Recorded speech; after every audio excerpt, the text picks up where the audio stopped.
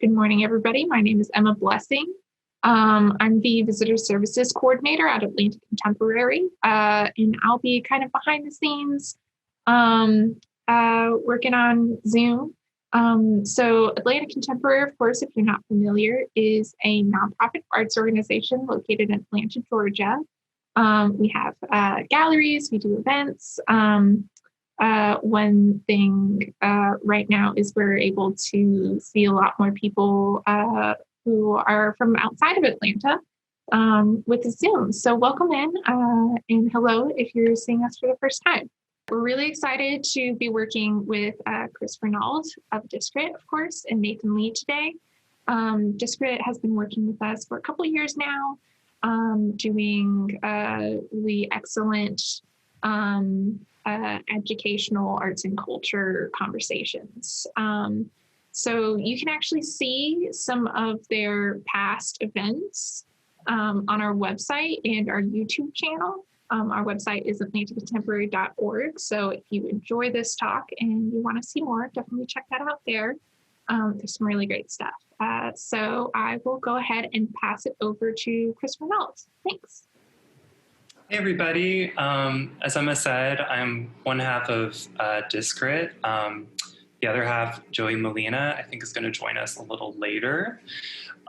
Just to introduce what we do really quickly, Discrit is a sort of para-institutional entity that sponsors screenings, lectures, workshops, free curricula, panels, lectures like this, devoted to a range of issues in contemporary art and culture. Like Emma said, we've been working with the Contemporary for a couple of years now. They've been a wonderful host to us. So without further ado, I'm going to introduce Nathan, our speaker today. Nathan Lee is a visiting assistant professor in the Department of Film and Media at Emory University.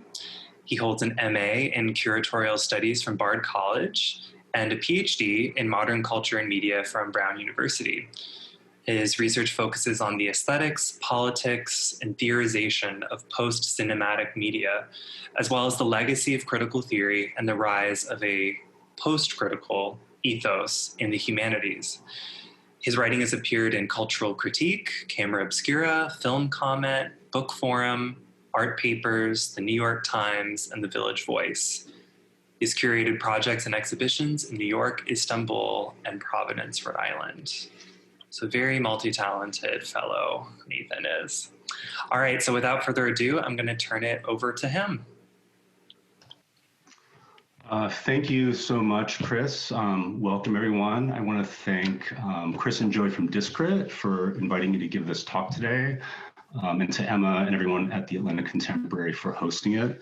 And thank you all for coming on a Saturday morning when you could be doing something else to hear yet more about Trump, which is the topic of my discussion today. So what I'd like to do is I have a talk that's a little bit under an hour and then open it up to a larger conversation. I'd be really curious to hear your thoughts about the ideas I present. So we'll do that and we should be done by about 2-ish. So the title of my talk today is Theory is Canceled, Donald Trump and the Trolling of Critique. And on the one hand, what I mean by this is fairly straightforward. So a few weeks ago, as many of you know, the Trump administration announced a plan to eliminate any training in critical race theory within the federal workplace. And then more recently in the presidential debate, the moderator, Chris Wallace, asked Trump directly about his position on critical race theory. And of course, Trump refused to answer this question or disavow white supremacy. Right, so Trump's racism is nothing new, but I was surprised to find him calling out critical race theory by name, because critical race theory is the name for a very distinct corpus of writing that is largely written by academics. I mean, there's a great deal of criticism and critique of racism happening everywhere right now in a lot of different ways, but this is not exactly the same thing as critical race theory.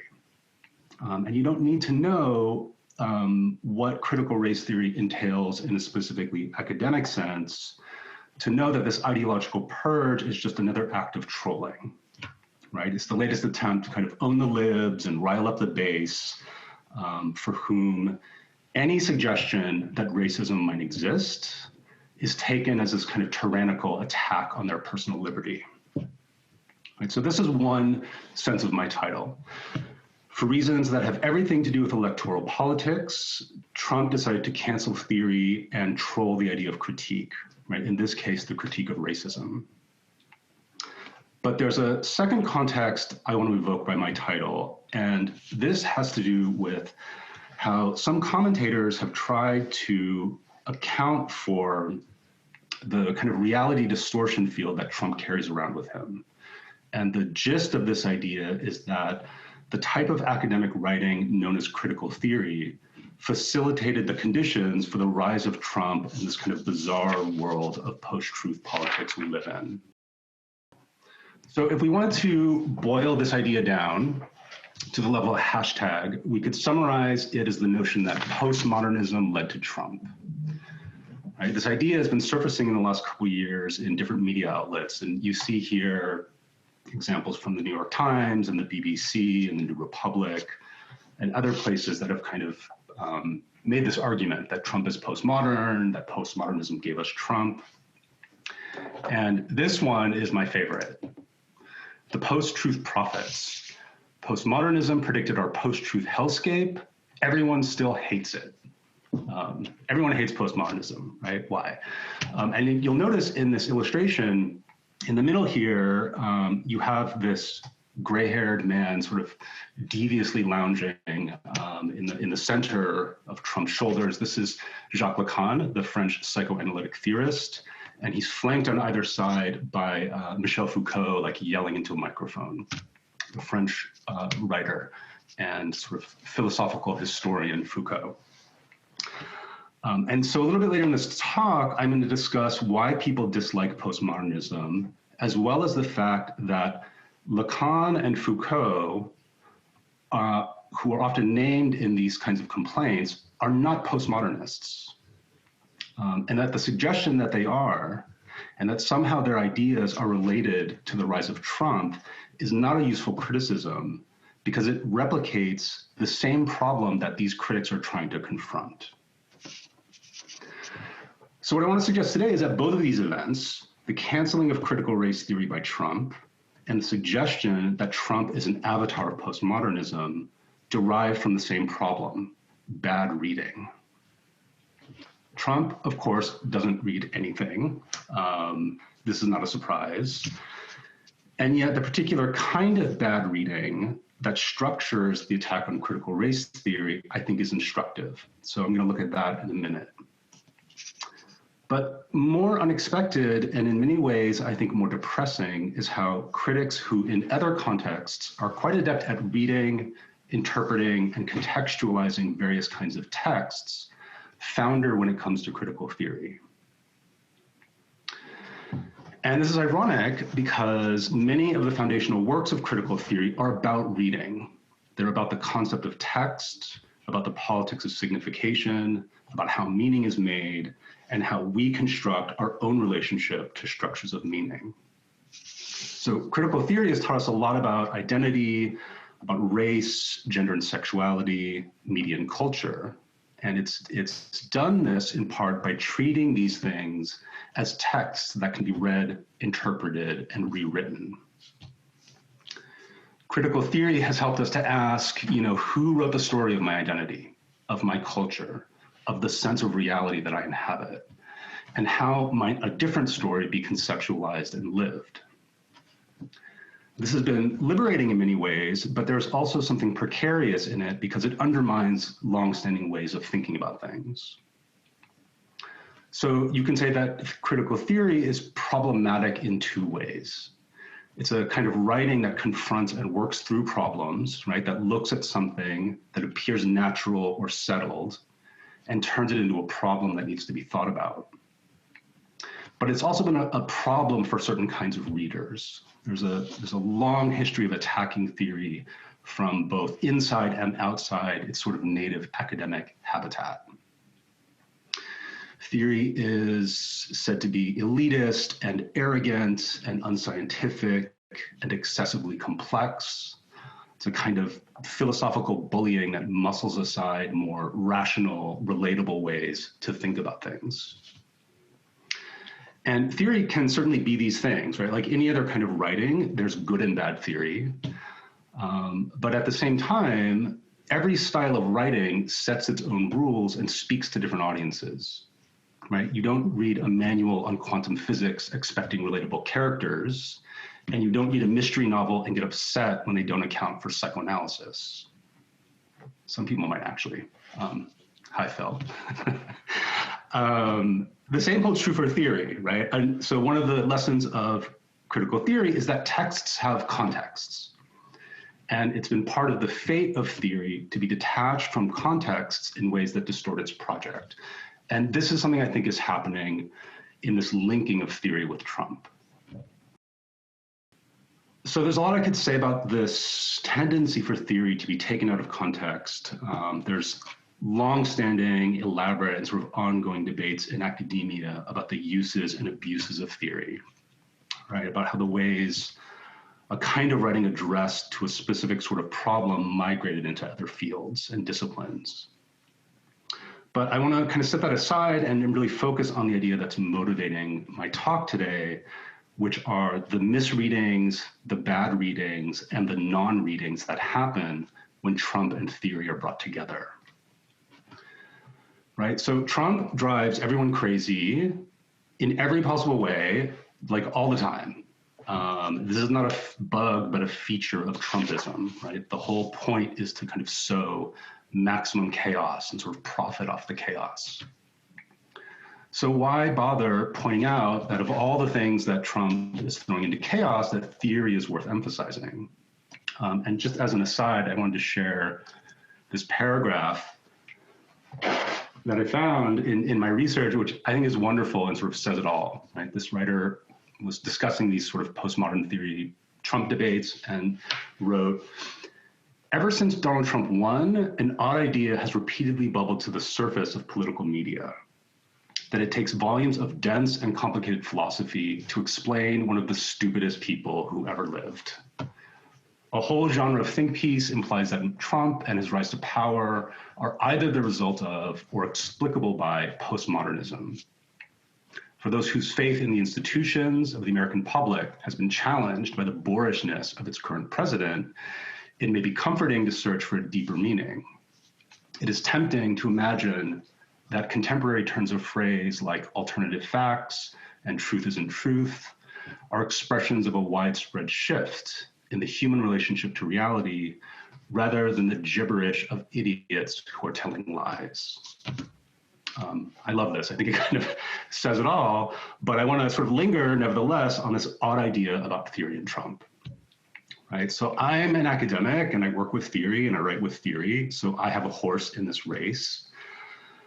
But I think there is a larger argument here that goes beyond my own little kind of niche. And that this trolling of theory by Trump and by the critics of Trump is symptomatic of a larger crisis of reading. That reading well, or even reading at all, is on the line. Because beneath whatever sort of immediate thing Trump is deciding to destroy today, right? Civility, democracy, equality, life on earth, there is this fundamental valorization of ignorance. Experts are jerks and reading is for suckers. And I want to defend theory as a mode of reading that is demanding because it's trying to think about difficult problems.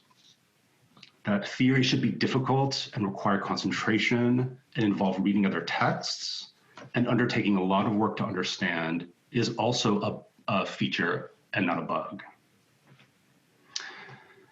Theory is a machine for thinking. It's an engine for reading. Theory doesn't solve every problem, and it's not the only way or the best way to confront problems, right? It's not the only way to think or read. But it is a kind of thinking and writing that is about thinking and writing. And so I think it therefore speaks to this moment when thought and reading are under attack. So what's at stake in this memorandum isn't really theory at all, right? What Trump really wants to cancel isn't critical race theory, but the sort of enormous power of the anti-racist protests and activism that have erupted on streets that he thinks belong to him.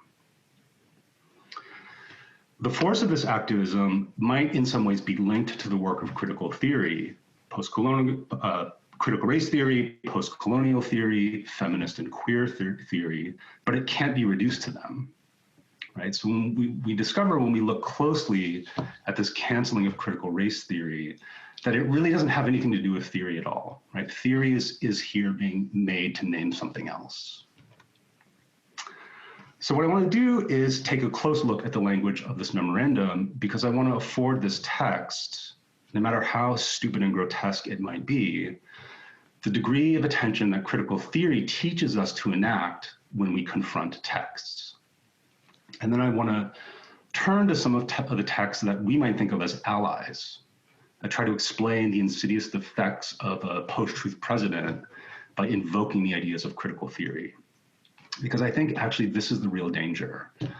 When people who are paying attention, who are reading and thinking, start to claim that theory is in some way a model for Trump's derangement of reality, we lapse back into the very same problem that Trump exemplifies and that I'm calling bad reading.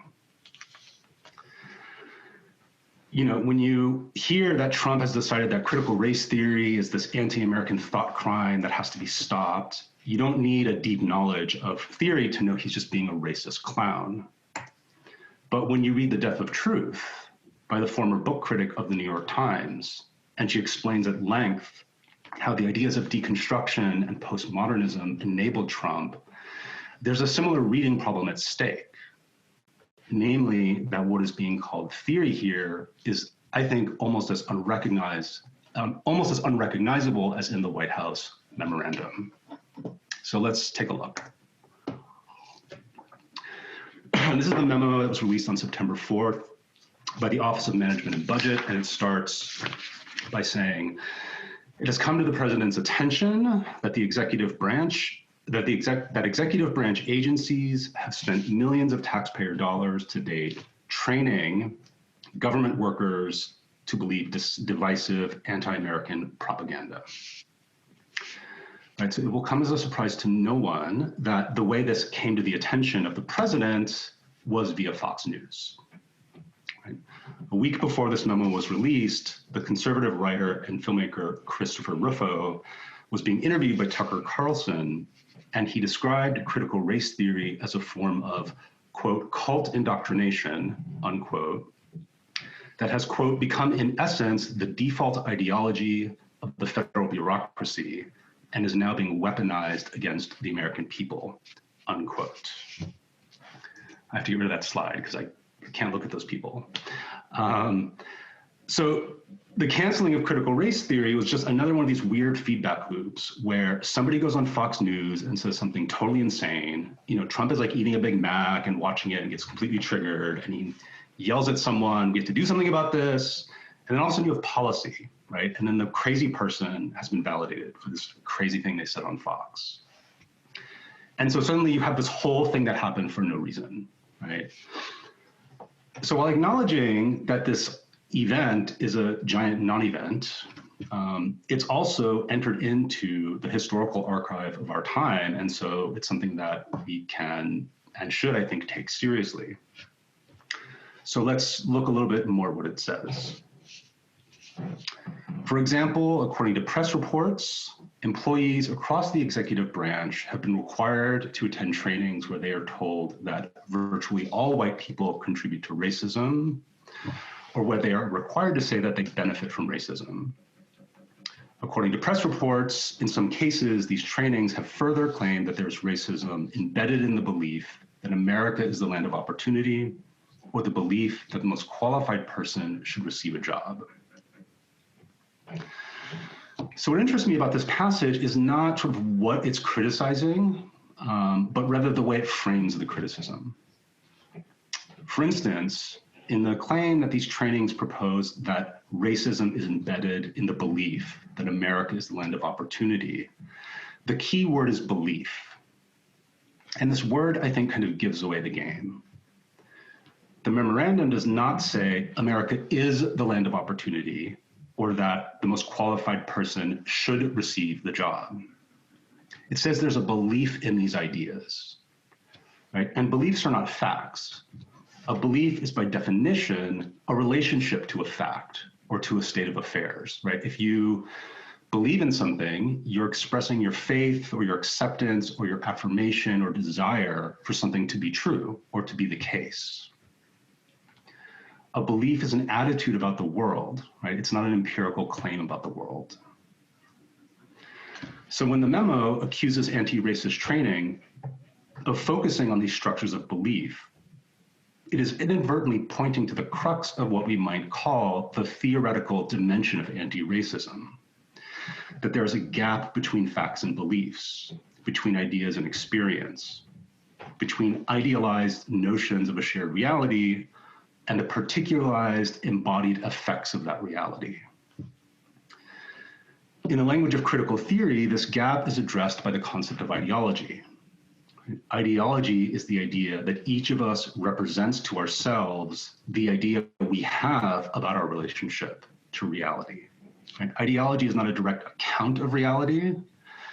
Ideology is also not a description of our relationship to reality. Ideology is the mental picture or representation we create of that relationship, right? I have a set of relations to the world, and I have a set of beliefs about those relations. So we can think about ideology as a form of mediation, right? The world is mediated to us through various channels.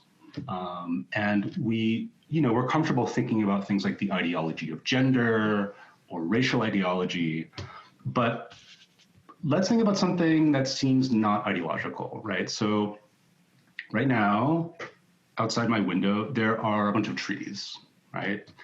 I have no problem saying that these trees are real, they exist. There's some trees out there, they're very lovely. These trees are kind of fact of my existence. But my relationship to these trees is mediated in various ways, right? To start with, I have a human perceptual apparatus, right? I have a particular structure of anatomical, neurological, biochemical functions that allow me to see the trees outside my window from a particular perspective, right? In a particular way. I see them at a certain distance, at a certain scale and color, and so forth. The squirrels running around in those trees have a different perceptual apparatus, right? They have squirrel eyes and squirrel brains. And so the reality of trees are mediated to them in a squirrel way, right? The trees are just as real for those squirrels as they are for me. But at the same time, their reality is differently mediated for different kinds of beings. Someone who's blind or colorblind or neurodiverse would experience a different reality of that tree. But trees are then also ideological, which is to say that this relationship I have with the tree, with the way its reality is mediated to me, is itself mediated by a complex set of cultural factors, right? The most foundational of these is language. The word tree in English has no necessary relationship to those objects outside my window, right? Trees didn't produce the word trees. The evolution of human language did. And so language is therefore a mediation of my relationship to the object. But language is just one component of ideology, right? Think of the long history of our relationship to trees as a raw material for making shelter and weapons and tools and paper, and of all the ways that trees figure in mythology and religion and art and literature, right? Trees are involved in agriculture, geography, ecology, and biology, right? They're implicated in crises of deforestation, resource extraction, and climate change. Trees cannot be reduced to some sort of perfectly simple, neutral, transparent object out there in the world that is what it is, right? Trees are extremely complex objects that we understand through all these forms of mediation. To say that a tree is ideological is not to say that it doesn't exist, but rather to say that their existence is constituted by these mediations.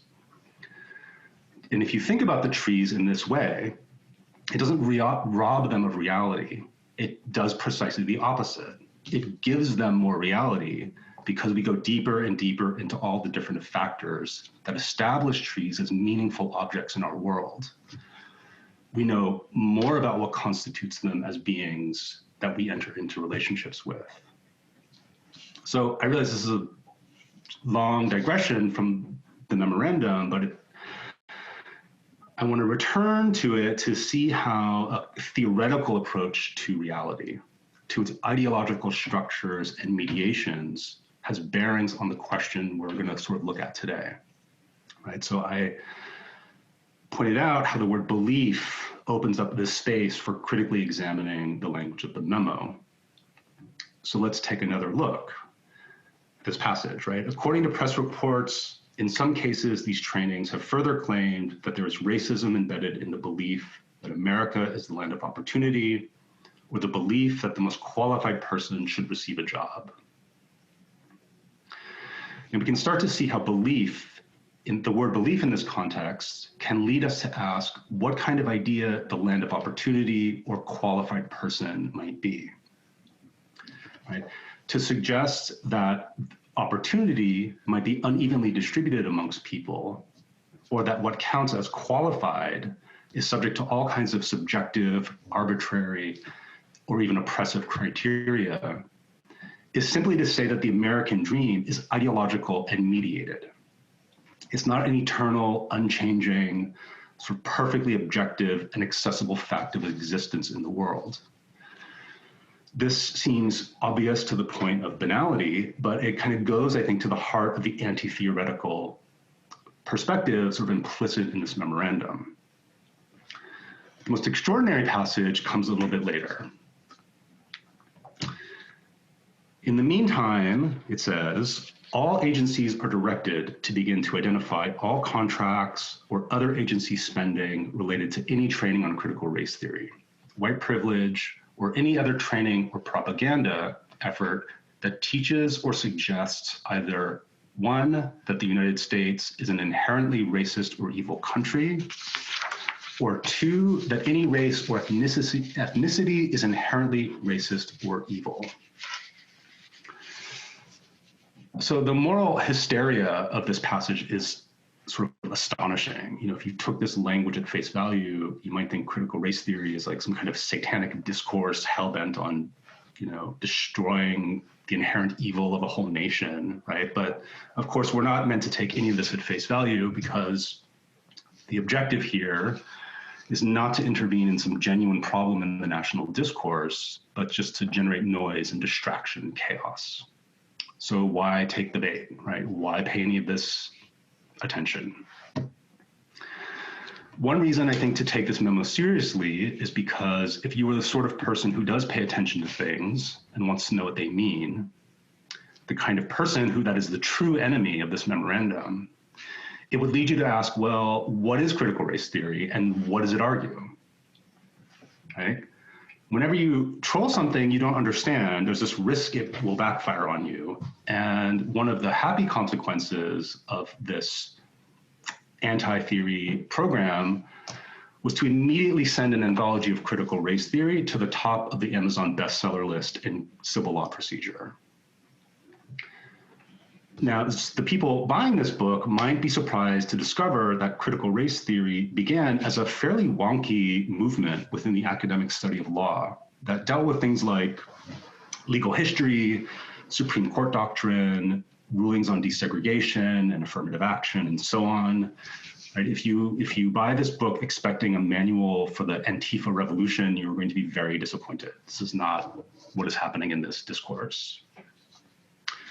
The critical operation of critical race theory is to foreground the role of race in the history, structures, and institutions of American law.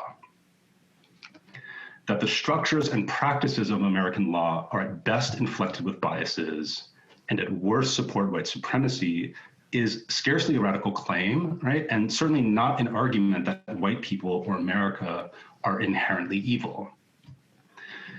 Inherently biased, yes. Structurally organized to produce inequalities, yes.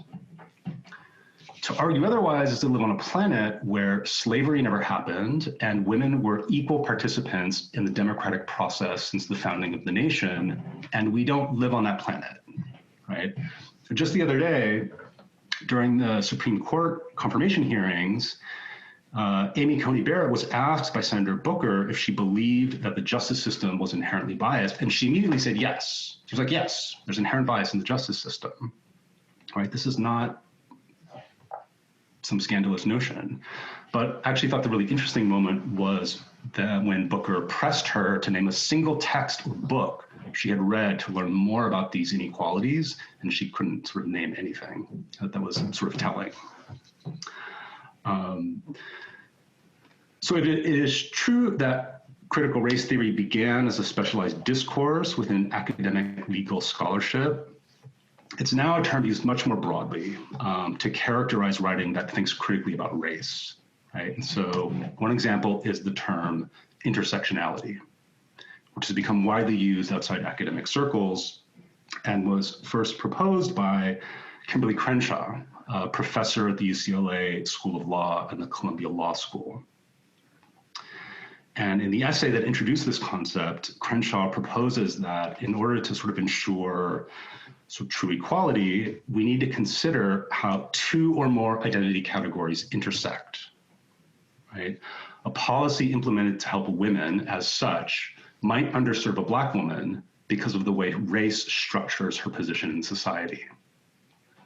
A program designed to assist working class people might in practice not do the work it intends to when it comes to a working class woman whose gender shapes her ability to access resources. So the way Crenshaw theorizes this in the essay, a woman of color, for example, can experience both racism and misogyny and the intersection of these two factors, which itself then kind of constitutes a third effect by the way they work together. So intersectionality is a classic example of how critical race theory is concerned not with the inherent nature of anything, but rather how identity, lived experience, and participation in social and cultural life are subject to structures of mediation. Critical race theory is an analysis of how race is inextricable from the fabric of American law and society. But the question it asks is not, why are white people inherently evil?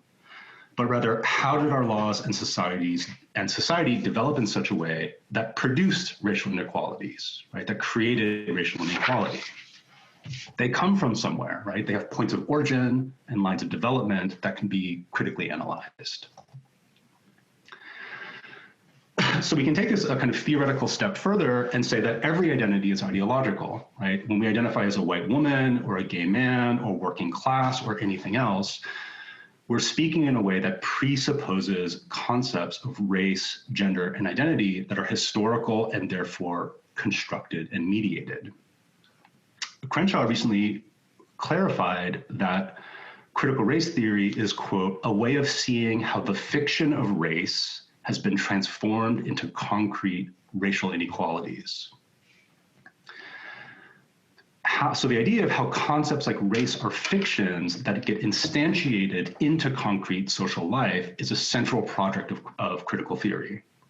And it leads to one of the central confusions about what theory claims. So one of the most notorious axioms of critical theory comes from the French philosopher Jacques Derrida, who said, there is no outside the text.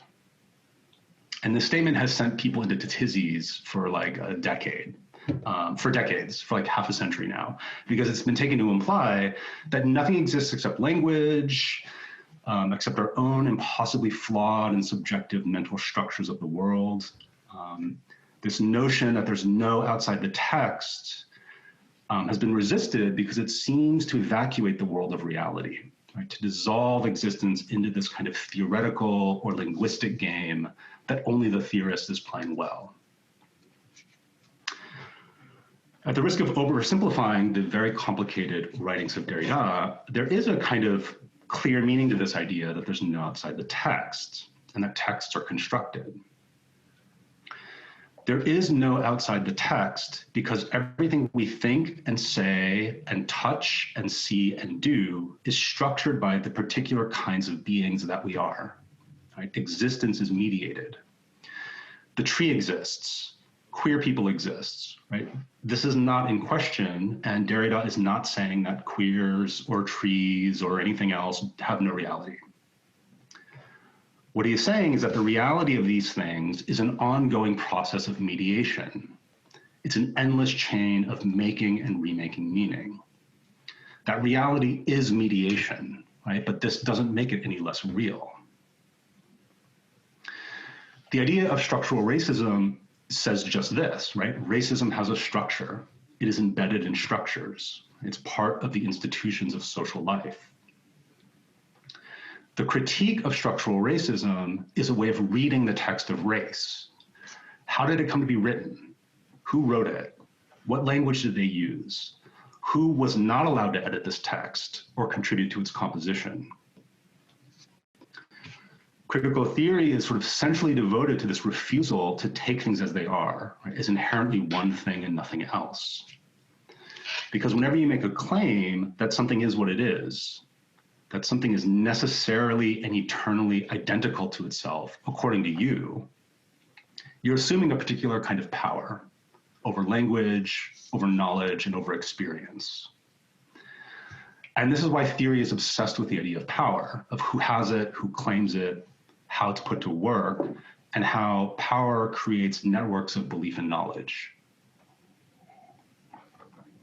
So one of the complaints against theory is that this critique of the text in relation to power results in a kind of nihilistic relativism, right? If there's no outside the text and the text has been shaped by different kinds of power, then reality can no longer be said to have any independent existence or truth outside an endless war of perspectives, right? And this brings us back to the idea that critical theory opened a path for a figure like Trump to emerge. Theory says objectivity is constructed. Trump says the fake news media claims to be objective, but they're really just making up a story they want to tell you because they hate me.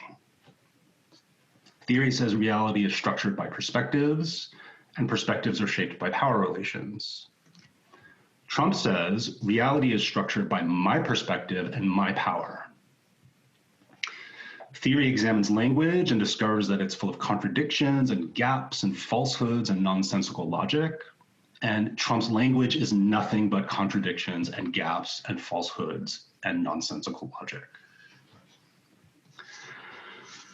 So a number of commentators have tried to link these premises of critical theory with this sort of counterfactualism of Trump, right? And the argument usually goes like this.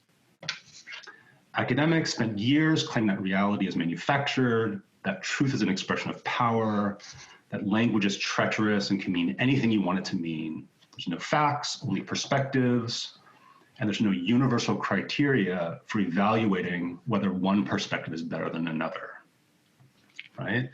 Well, now the deconstructed chickens have come home to roost because these theories have been put into practice by a reality TV president. Right? Trump manufactures whatever reality he wants from moment to moment.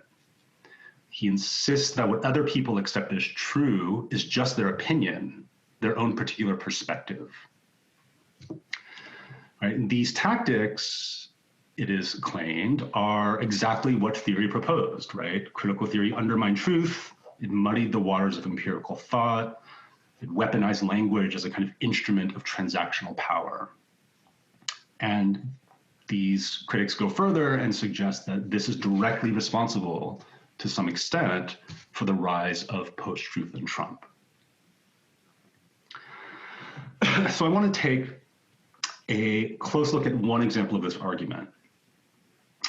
We've seen how the canceling of critical race theory is predicated on a bad reading or non-reading of what critical race theory says. And now I want to look at how this idea that theory gave us Trump is also predicated on a bad reading. This is the book Post-Truth by Lee McIntyre that I want to discuss a little bit. This book came out in 2018. It's just one example of this kind of Trump as postmodern discourse. And I'm just going to talk about this book for the sake of simplicity, but the arguments you find in this book, you can find being made by a number of critics. And McIntyre's book is actually quite good. It gives a pretty insightful overview of how post-truth has roots in things like yellow journalism, the lobbying efforts by tobacco and oil industries to undermine scientific consensus, right, around global warming, cancer. It talks in a smart way about how media audiences have been targeted and divided up and sort of pandered to through sort of niche broadcasting to maximize profits. And it talks about social media, the kind of information silos that social media puts us in. So it's a smart book, actually, that helps us make sense of the moment we live in by contextualizing this rise of post-truth in these larger kind of historical phenomenon. But there is also a chapter entitled, Did Postmodernism Lead to Post-Truth? And McIntyre's answer is obviously yes, and you can see what my little annotation there, my position. So the first thing I want to note about this argument is the imprecision of the question. When people link postmodernism with Trump, what they usually mean is a broader range of critical texts in critical theory. Derrida, for example, is not a postmodernist. He did not use the word postmodernism, he did not theorize the word postmodernism, and scholars do not include him within the specific discourse known as postmodernism. To label his ideas as postmodernist is inaccurate.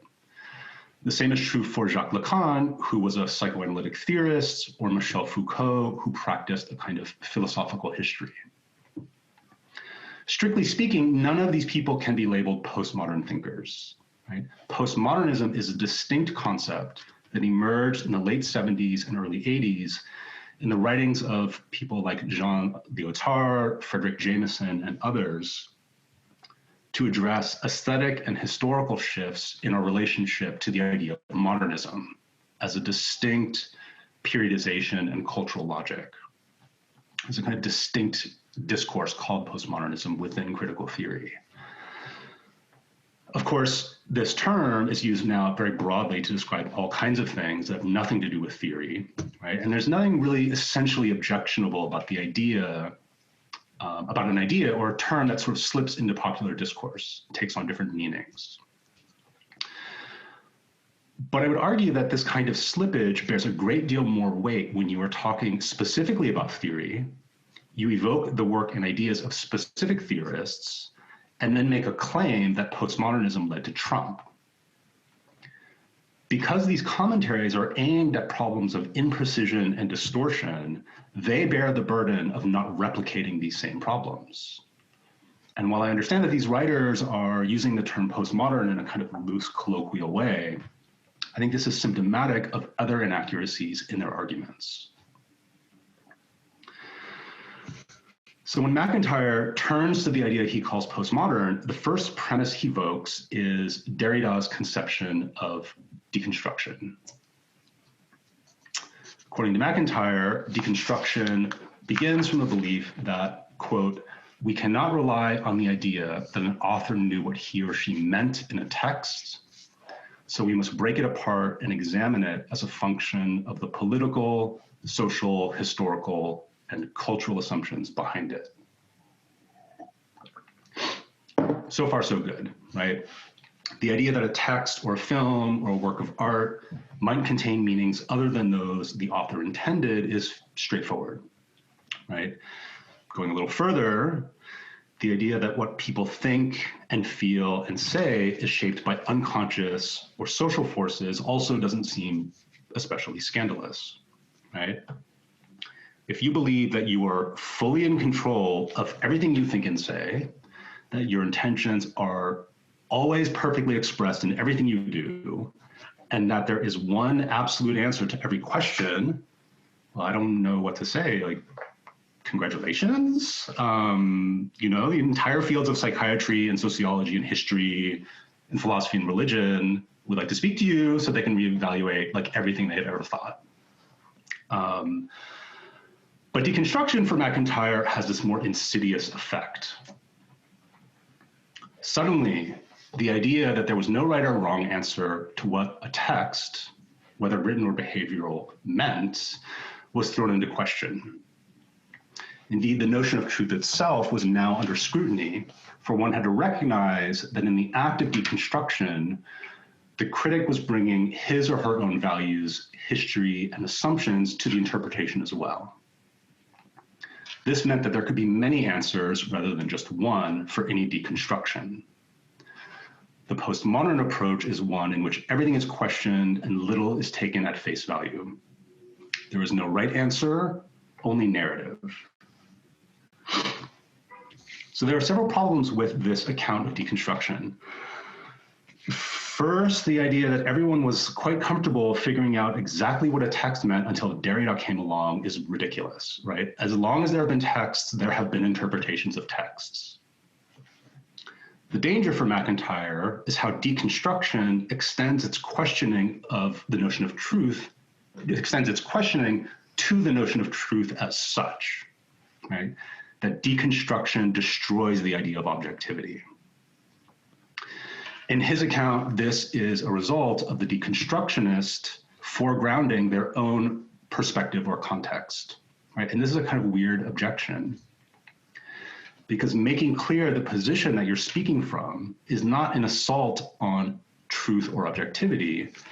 It's merely an acknowledgement that you have not transcended all limitations of knowledge and are speaking from a perspective of, you know, absolute and unquestionable authority. Right?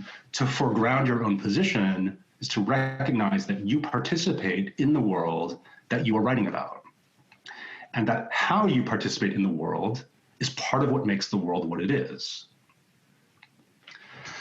But this idea that we all speak and write from a particular perspective is where things start getting really problematic for the Trump as postmodernist crowd. Because if meaning is always filtered through a perspective, and if we take this idea to its radical conclusion, that therefore meaning, truth, object, and experience are perspectival, this would seem to present a kind of profound challenge to our ability to know anything at all, right? And to therefore have any moral capacity to act. And it's true that critical theory will confront this problem in a radical way, right? What do we know? What is objectivity? Why do we oppose the true and the false, good and evil, men and women, nature and culture? Right? What do these concepts mean, and why are they in these kind of binary relationships? How has this way of viewing the world been invented and perpetuated? You can see on the one hand how asking these kinds of questions would lead to a critique with positive effects for thinking about things like patriarchy, heteronormativity, white supremacy, or capitalism, right? That they are not universal facts of existence, but historical phenomena that emerged, took shape, and assumed forms of power for their own benefit, right? And that therefore, a theoretical examination of these concepts can be a form of intellectual and political resistance. So what is the problem here? If the first danger of theory is that it problematizes objectivity, the second danger, according to McIntyre, is that in the absence of truth, everything devolves into this kind of savage combat of power, competing powers. And to explain this idea, he turns to the work of Foucault. Here we arrive at the second thesis of postmodernism, that any profession of truth is nothing more than a reflection of the political ideology of the person who is making it. Michel Foucault's idea was that our societal life is defined by language, but language is shot through with relations of power and dominance. This means at base, all knowledge claims are really just an assertion of authority. They are a bullying tactic used by the powerful to force those who are weaker to accept their ideological views. Since there is no such thing as truth, anyone who claims to know something is really just trying to oppress us, not educate us. Having power allows us to control what is true, not the other way around. If there are many perspectives, then insisting that we accept any particular one is a form of fascism. So you can hear Trumpism in this description, right? Theory says there's no such thing as truth, and any claim to know something is really just about power. Then if you say climate change is real, if you say that Black lives aren't valued in America, or that there's only two genders, you are trying to oppress me, right? You are forcing your perspective on me, but I have a different perspective, and postmodernism told us that all perspectives are the same. The problem with this paragraph is that it offers a manifestly bad reading of Foucault's thought. It is true that for Foucault, language and knowledge are related to power, and that he was interested in thinking about how power is organized in institutions like the hospital, the prison, or sexuality. It's also true that his work is an analysis and critique of the relation between power and knowledge that organizes so much of Western civilization, often with oppressive results.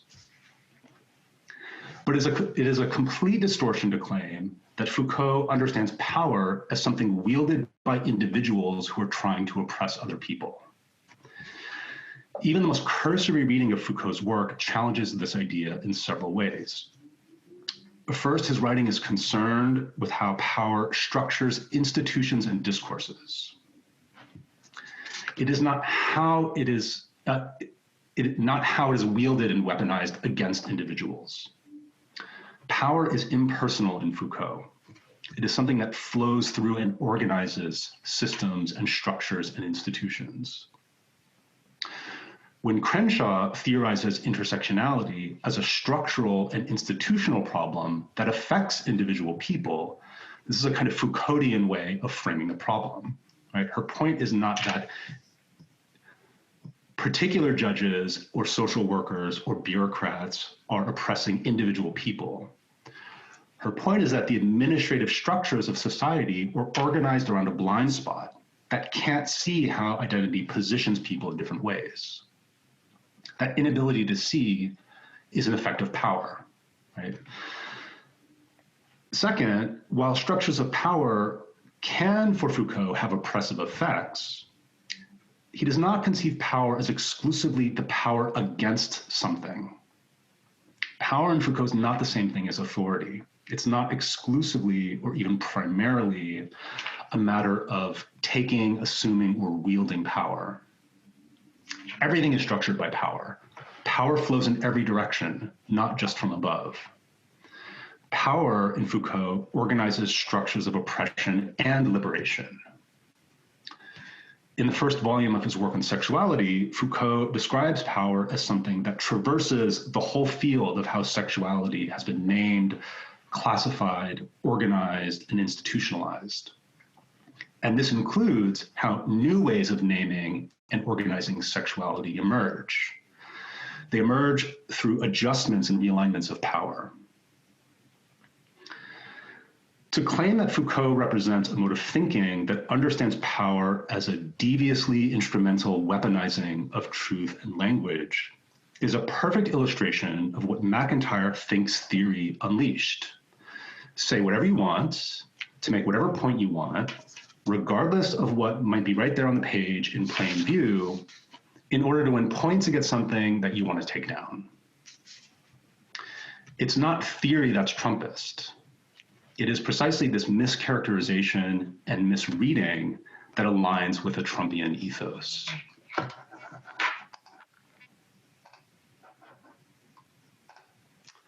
So let me conclude by just making some final parallels. Trump cancels critical race theory because it says white people are inherently evil. Critical race theory, in fact, is a critique of the idea that there's anything essential or inherent about race. Right? The whole point of critical race theory is that racism is ideological and mediated. When Trump cancels critical race theory, what he's talking about isn't people sitting around demanding submission to the writings of Kimberly Crenshaw, right? He's talking about things like racial sensitivity training, workshops on implicit bias. He's talking about something other than what he names. When Trump's critics argue that postmodernism generated the ideas that allow Trump to flourish, they're doing the same thing. First, they're not talking about postmodernism at all, but rather a group of writers more accurately assigned to a larger discourse of critical theory. Second, when they describe the ideas of these writers, they leap to conclusions that are not in the texts and summarize these ideas in ways that are misleading, exaggerated, or incorrect. So let me be a good theorist and grant that critical theory, like everything else, is subject to interpretation. There's no one absolute right way to understand Derrida or Foucault or anyone else. But I would insist that there's a real danger in this discourse about Trump and theory, in its refusal to even attempt to understand what these thinkers were saying, to do even the bare minimum of reading that would make the case for the relevance of this kind of writing to our moment. I would welcome a truly robust argument for the relation of critical theory to post-truth. I do think we need to understand how the critique of Enlightenment values that critical theory offered remains an urgent question to think about. And I do think that the critique of truth, language, reality, and power comes with certain risks, right? There are ethical and political implications at stake in the ideas of critical theory. I also think there's a lot of bad theory, right? There are ways that people have used theory to bully and exaggerate and troll. But for all these questions, I would insist that they approach theory with the values that theory upholds, the values that Trump disdains. Pay attention, be clear about your position, be meticulous in your argument, and read. Thank you.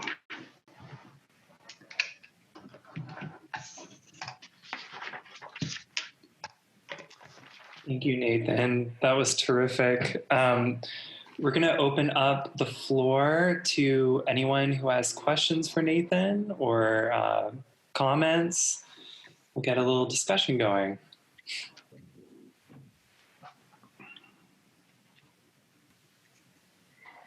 First of all, I want to say thank you to Nathan for providing such a cogent and clear defense of theory. Like Nathan, I studied at Brown in modern culture and media, though I was an undergraduate. And once I saw that Trump was elected and all these articles were coming out about postmodernism, I was worried. I was worried that I was part of the problem somehow. I wasn't so worried that I actually read the articles, but I did have a nagging thought in the back of my head that perhaps something that I had invested in for so long had contributed to this problem. So I feel relieved by what you're saying, and thank you for that. I wanted to ask, do you think that, this is just an idea I'm floating and you can shoot it down. Is it possible that both post-structuralism and post-truth are symptoms replying to something else? So is there some other movement in our world or society that is prompting these movements in critical theory and in politics and discourse to come about?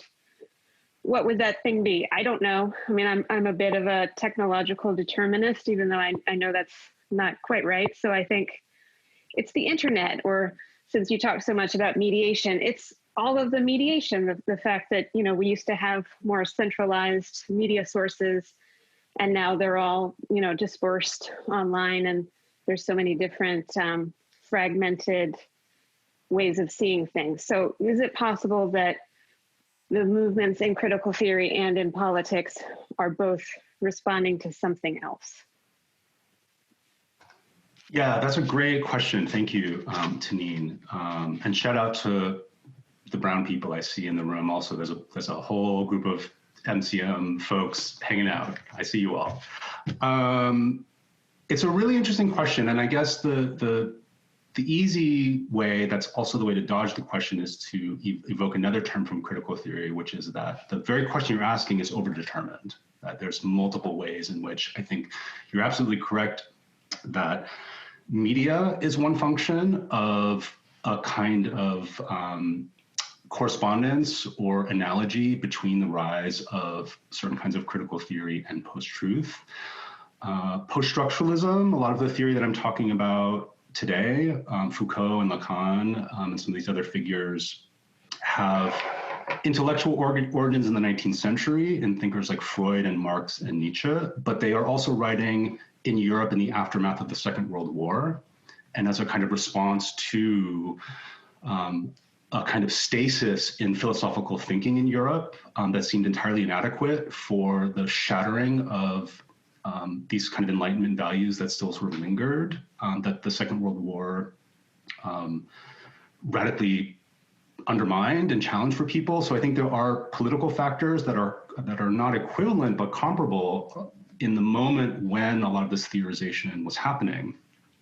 After the war, around the times of the upheavals of the 60s and the kind of social unrest that we're in now. In both cases, there is a kind of crisis of institutions that's being sort of turbocharged by also an accelerating mediation of social life. So yeah, I think that's a really interesting question to think about, that there are political and media related commonalities to these phenomenon. That there are linkages, but we need a whole seminar, I think, to start really exploring that question, but it's a great question. Thank you. I have a question. Thanks, Nathan, for your talk. It kind of flows a little bit from Tanine's question. So I have a couple of questions, or one's a question and one's a question and comment. So the first question is, does social media actively cultivate bad reading? And which is, polemical, but also quite seriously, I mean, how do we think about sort of social networking and the kind of ways in which there might be strategies to sort of combat bad reading, right? And then I guess the second question is more of a comment. In some ways, it seems like Trump and Trumpism is merely the alibi for, and I say this because of the recent sort of public conversation that you so wonderfully distilled around critical race theory. And specifically, I'm thinking about purported anti-Trumpists, right? So, Barry Weiss, Andrew Sullivan, these kinds of conservative opinion editorial sort of personas who, champion free speech, right? And the sort of bad reading, if you will, of the 1619 Project, and the ways these things kind of circulate. And even Barry Weiss just yesterday posted on Twitter, why is CRT, why is critical race theory winning? And then she posts an article by Andrew Sullivan that is called, Why is Wokeness Winning? So I think there's an interesting collapse between critical race theory and wokeness. Wokeness is not a theory, right? It's an attitude, it's a posture, it's, it's an affect. And so, yeah, I guess I want to hear your thoughts and riffing on this kind of, idea. Thank you, Brandy. It's a great question. There's two sort of great questions here. And the first one you raised about, is social media cultivating or sort of, intensifying bad reading? Yes, I think unequivocally, I would say yes. And I think the reason, though, actually becomes interesting in a kind of theoretical context, right? Because social media is very much driven by form and not content. And what I mean by that is that something succeeds or gets traction in social media because it goes viral, right? Because it circulates, because it moves through networks, right? Why it's moving through networks doesn't matter at all, right? It's sort of content agnostic. The whole point is to generate stuff that will get likes, reshares, retweets, reposts, etc., right? It's not that there is no ideological stake or content involved, but seems very much almost there's a kind of formalism to social media that undermines reading. And this is ironic because part of what I'm trying to point to here is the importance of form, right? The importance of paying attention very clearly to distinctions between content and form, right? And that the theory I'm sort of defending is a way partly to both pay attention to content, right, but to think about its kind of formal operations. So there's an interesting kind of paradox there, or contradiction, where social media sort of weaponizes this sort of structural behavior, right, that would seem to align it with an idea of something like a critique of structures or thinking about sort of formal structures. But the short version is yes, social media equals bad reading. Your second question I think is really interesting, and I'm gonna tease out one part of it because it relates to something I was thinking about in this lecture, which is, you were saying, listen, critical race theory is not wokeness, and wokeness is not, all these things get conflated, right? Critical race theory there's something specific. That term means something. It comes from somewhere. It is an actual description for a particular kind of writing and thinking, right? It's not the same as wokeness or activism or even how we think of broadly anti-racism, right? All these things work together, right? You can be an anti-racist, activist, woke, critical race theorist. They're, of course, not mutually exclusive, but the way that these terms can sort of slip and move into different contexts isn't something sort of we need to suppress, but that we need to attend to. And my argument would be that, it's fine if you're having a conversation, you're like, oh yeah, Tarantino's films are so postmodern, like it's great, right? I love postmodern, blah, blah, blah. To use in this kind of colloquial way, it's totally fine. But if you are writing a book or you were writing a text in which you were accusing something of having a particular concrete effect on something else, and the term is completely divorced from the actual sort of context in which it emerges, then the stakes are different, right? And I've pointed to sort of the ways this is happening in some popular discourse. The Death of Truth book. This is also quite good, this book by Michiko Katatani, the former New York Times book critic. It's a good book, as is Post-Truth. But when they turn to theory, these people who make livings writing about texts and being historians and researching, what was yellow journalism and how did it emerge and how did it operate, all these skills just fly out the window and all this precision just totally evaporates. It's like there's this complete refusal to acknowledge that, if you want to write a chapter about how Foucault led to postmodernism, like maybe read a little Foucault, and maybe see like what did he say was power? It's not that. It seems not that hard to me. So it's a long answer to your question, but it has to do with, again, I don't want to say that. If you are not using postmodernism in this specific academic way, or if, people evoke critical race theory and don't literally mean this kind of legal discourse within academia, that's just some great problem. But when you're using it in these contexts where you're making these particular kinds of points, I think there is a responsibility to be precise, and it becomes glaring when these same authors are being imprecise in other ways. Or when these same authors are being precise about other things. Like, why is theory the thing that no one can be precise about? I have a follow-up question. But first of all, thank you. I love listening to an intellectual history of critique on Saturday. This is exactly how I want to spend my weekend. But I have a sort of question about where you ended about the sort of imprecision of terms, which also maybe picks up on your sort of last provocation of how do we read theory in this moment, right? And I completely agree with the way that you're characterizing this sort of conversation around postmodernism, and especially your last little jab of thinking about bad reading as a kind of fascist impulse. But I was wondering, even as that's true, and even as there is this sort of explosion of bad reading around these terms and the way that they're thrown around, there is, on the other hand, what I'm thinking about as actually some resonance with one way that critical theory thinks about both critique and also the way that critical race theory talks about race, which is that, at least if we can think about Foucault talking about race as this kind of rupture in the social, right, a marker of exclusion, a way to mark certain bodies as not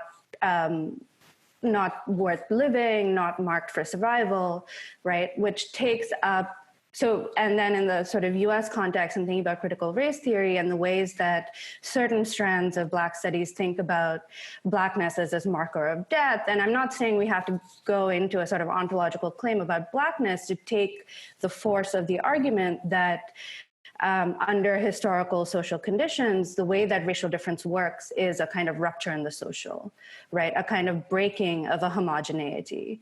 And the way that Trump in that, or that sort of executive order that you read so beautifully, what they're decrying is marking white people as evil or something, right? And so there, even though they're sort of exploding these very strange terms, it seemed like what I was hearing there was this desire for homogeneity again, right? This like hope that we can, or this vision of the US as a white country, which is why vilifying white people is a problem, because then we're acknowledging that there are other kinds of people, right? It's this marker of both location and difference. It tells us where the person writing is also speaking from, right? Who they're interested in protecting. So I'm just wondering if there's something to be said about, or if there's something resonant between the definition of racial difference and the sort of defense of whiteness, even if it's happening in terms that are kind of completely devoted to bad reading, as you're saying. Does that make sense? I can say more or stop. I mean, thank you for the question. It's a really interesting set of problems that you kind of evoke. I'm understanding what you're saying in different ways, and one I want to clarify is it seems like you're suggesting that in some way, actually, the quite racist marking of whiteness explicitly through a kind of now like white nationalist official discourse of this country is having the effect of marking the difference of whiteness, even in this sort of insidious way, when one of the presuppositions of a kind of white supremacist ideology is this kind of, that there is no difference, kind of whiteness as a default. And that I think partly what you're suggesting is that it's marking this in some kind of way. I think that's an interesting insight. I think more generally, you raised something really interesting, which I don't actually talk about in my talk today, which is the central preoccupation aligned with questions of power and critique in critical theory about difference, about theorizing the concept of difference and what difference is and how difference works, right? And that even more than power, Foucault, right, is a kind of differential structure. It's a kind of formalism of difference itself, right? And so the directions one then takes this question of difference, right, can go in a lot of sort of different directions, but that's, again, I think why the stakes are so high, because as you're pointing out, we're in this moment where there's this kind of push-pull between yelling on all sides to insist on kind of differences, right? And this connects to, I think, Brandy's question about social media, right? This kind of, another effect of this kind of siloing of people into their sort of, little information niches is that it homogenizes everyone by affirming their sort of absolute difference, right? That your difference is the one that matters, right? So this is, again, where I think the kind of careful critique and theorization of difference that we get in critical theory And doesn't have to be in these theorists I evoke, right? It's done in a lot of different contexts, are really important right now. I have a question. I'm interested in going back to the Haider quote that you had sort of toward the beginning of the talk.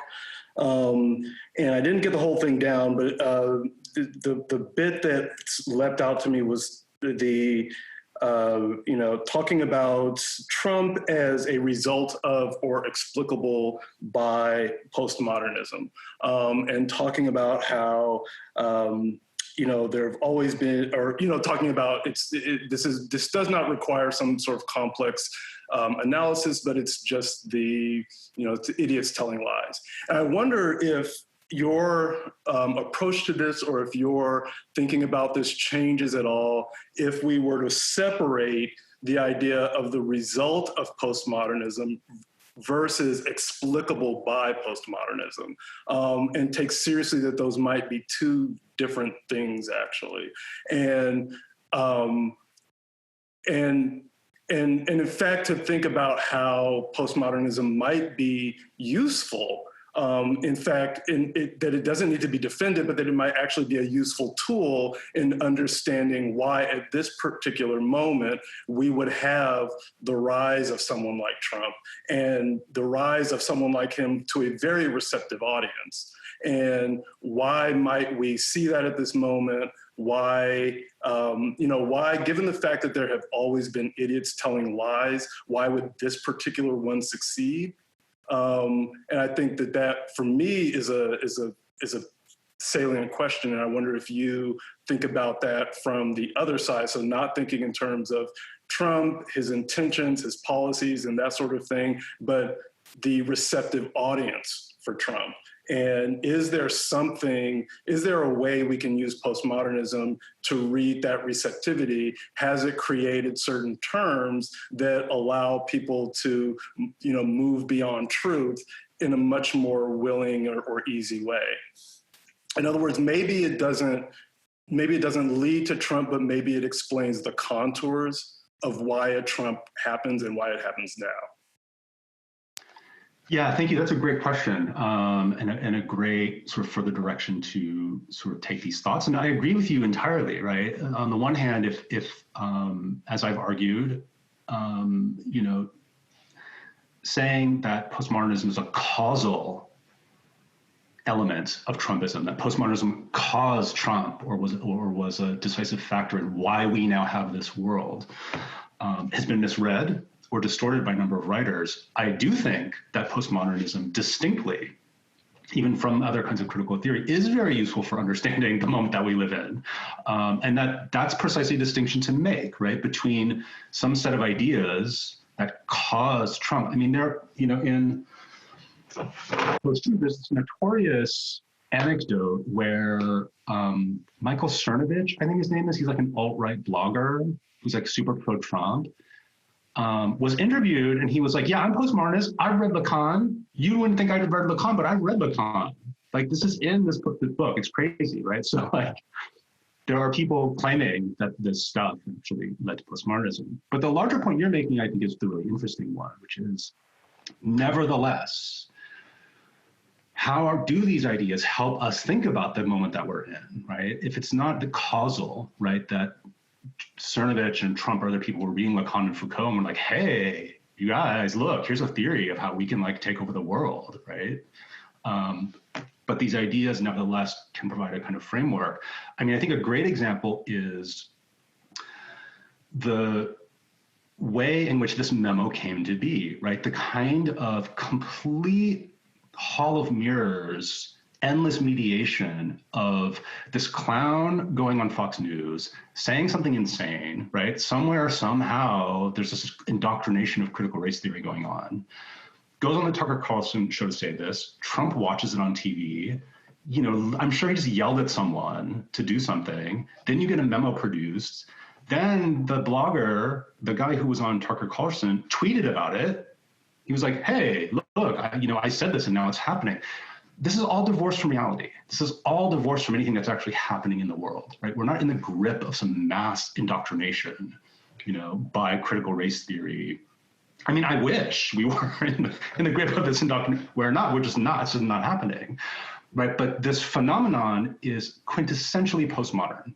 Right? It's quintessentially the kind of thing that someone like Frederick Jameson was thinking about, that Jean Baudrillard was thinking about, how in the wake of modernism, right, and in what seemed a new kind of cultural logic and historical period we were entering into around the 80s, around the time of hip-hop aesthetics and remix culture and digitization of things and the rise of computer culture, the real and the virtual were starting to get confused. And there started to be this sense in which there was no real anymore, that we were just living in this kind of endless mediation, unmoored from a kind of reality.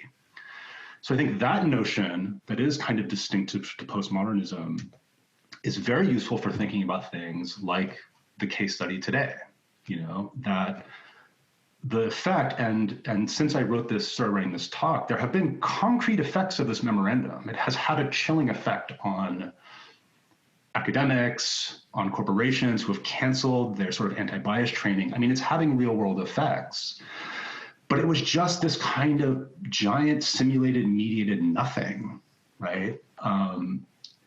That produced a reality that we're now living in. That is, postmodernism can help us think about that. Precisely, I think, in the way that you're pointing to, right? But that's quite different from saying Francois Lyotard gave us Donald Trump, right? And this is being claimed by folks.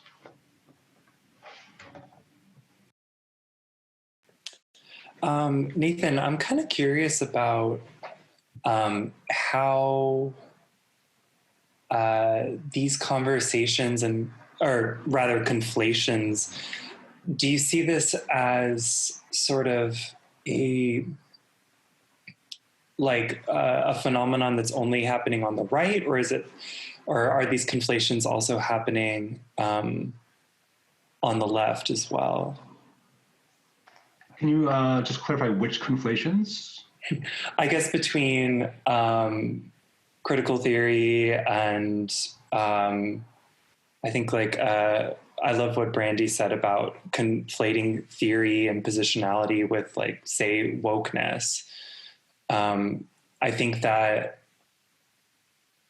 something, I've observed is, different identitarian divisions happening on the left as well as the right. And yeah, I don't know. So I guess I'm just curious about your observations on that. It's a really unformed question.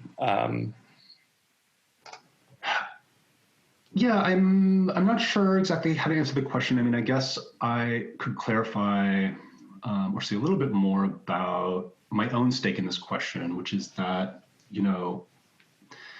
I was writing this talk and I was reading this memorandum and I was, thinking about things, and I found this interview with this guy who went on Fox News, and I had a moment where I was like, why are you bothering with this ridiculous, stupid, racist nonsense that any normal, half-thinking person would be like, this is nonsense. This is, racist silliness, right? I mean, okay, we live in a country where 40 million people, I guess, don't think that's the case, but nevertheless. So why bother? And the truth of my own position is that what really concerns me is not this business, right? It's not Trump being Trump.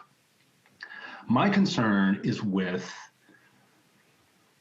the voices precisely on the left, intellectuals, public intellectuals, academics, other theorists. I mean, I could give a whole other version of this talk that deals with writers within academia who have this kind of anti-theory, who raise these kinds of questions about the relationship of post-structuralism to the rise of the right. Bruno Latour has very sort of notoriously created a flame war in academia around these questions. My concern is with my people and the fact that if we want to have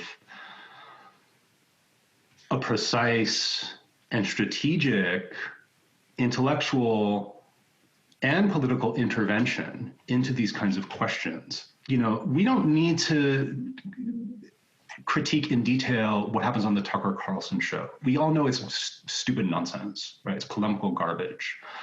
But we do really need to pay attention, I think, when these slippages, these confusions, these inaccuracies, or sort of this haziness sets in on the left, on people whose job it is to interpret text, to read media, to comment on things. To me, that's where the danger is, because it's more insidious there, and it's harder to, you don't want to call out the people who are your allies, right? But that's kind of ultimately, I think, where my own stakes lie. Because that's in my backyard, right? That's something that is the part of the conversation I'm involved in. I'm not talking to Tucker Carlson, and I never will, right? There's no point. But these interventions on how slippages and mischaracterizations and bad readings inform positions on the left, I think is quite important. And again,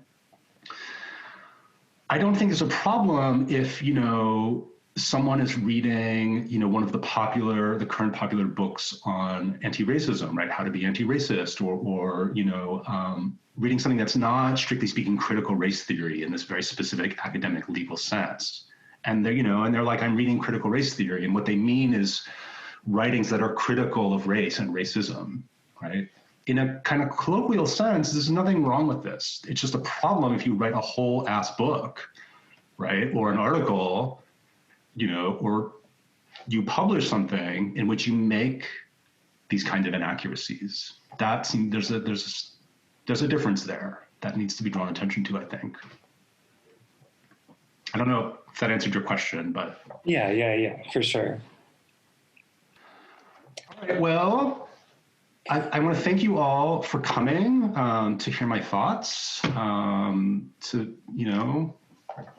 hear me yammer on about Trump in theory on a beautiful Saturday morning with the ideological trees outside the window, and the ideological breeze flowing over us. So I really appreciate you coming, and your questions have been really interesting and rich. And my thanks again to Chris and Joy from Discrit, to Emma and everyone else at the Atlanta Contemporary for hosting this talk. It's been a pleasure to be able to share some of my thinking with you guys. So thank you for coming. Thank you so much, Nathan. Thank you. And thank you all for your questions. Thanks, Nathan. Thank you.